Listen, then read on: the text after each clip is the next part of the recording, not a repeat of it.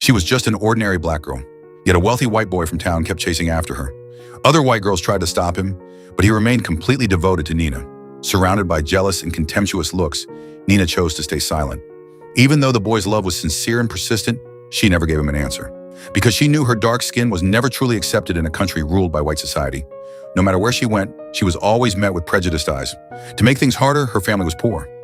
Outside of school, she worked several part-time jobs just to help support her family.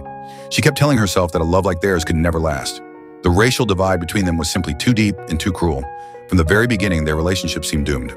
One evening, while working at a banquet, Nina suddenly saw him again. Startled, she quickly shook her head, signaling for him to pretend they didn't know each other. She was terrified that being seen with a black girl like her would damage his reputation, but instead, the boy boldly pulled her away from the banquet. He told her that he had enlisted in the army and would soon be leaving town for the front lines. At that moment, the smile on Nina's face disappeared. The truth was, she had already fallen deeply in love with him. It was only the cruelty of the world that forced her to hide her feelings. But now, with him about to leave her life, she could no longer hold back her heart. She leaned in and kissed him first. For the first time, their love finally became real and open. But their time together was heartbreakingly short. Just 2 days later, he left home to fight on the battlefield. From that day on, Nina lived in constant waiting. Every day, she watched closely for the postman. It became the most important moment of her day. But weeks passed, then months, and still no letters arrived. Even so, Nina never stopped writing. She wrote him a letter every week. Most of those letters ended up stacked beside her bed. Sometimes she stood outside her house, staring down the road, hoping to see his familiar figure. But he never came back. Sometimes she looked up at the sky, praying the wind would carry her love to him. Until one fateful day, his father came with a letter. Nina slowly opened the envelope, but inside was a casualty notice from the army. She couldn't believe it. After months of waiting, what she received was not his words, but news of his death. She sat on the bed clutching the letter, crying the entire night. For a whole week, she could barely move. Finally, she made a decision. She would drop out of school and enlist in the army herself. She wanted to go to the front lines, to see the place where he had fought, to feel the traces he left behind on the battlefield. Her mother was heartbroken. She couldn't bear the thought of her only daughter risking her life, but Nina had already made up her mind. Despite her mother's desperate pleas, she signed her name and joined the army. With no other choice, her mother tearfully walked her to the train station. Then she watched her daughter board the train that would take her far away from home. Soon, Nina arrived at the new recruit training camp. And the moment she stepped off the train, she met Ross, a young black soldier who had already been training there for more than a year. The moment he saw her, Ross was instantly captivated. Without hesitation, he reached out his hand to help Nina off the train.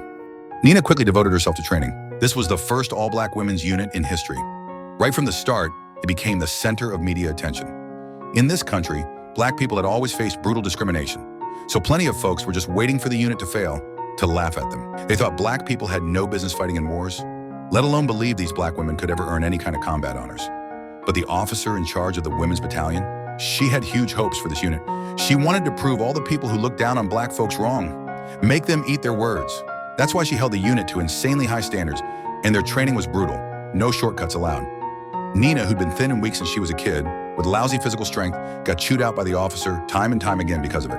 And every single one of those moments, Ross, who'd fallen head over heels for Nina the second he saw her, watched it all. But to Nina, Ross was just a stranger back then, because her heart still belonged to her boyfriend, who died fighting on the front lines.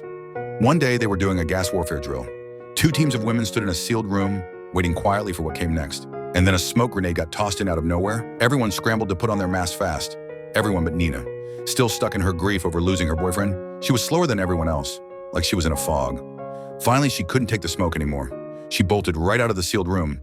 The reporters who'd been hanging around to cover the unit, they swarmed her instantly, snapping photos like crazy. They knew a bad story when they saw one. The officer, furious, yelled at Nina to get back in the room. She couldn't let Nina's mistake be the reason the whole unit got mocked by white people. Nina collapsed onto the ground, listening to the officer's scolding, drowned in guilt and shame. She wanted to be strong, wanted to be brave, wanted to get to the front lines and be a real soldier, but no matter how hard she tried, she kept falling short. In a daze, she thought she saw her dead boyfriend, standing right next to the officer.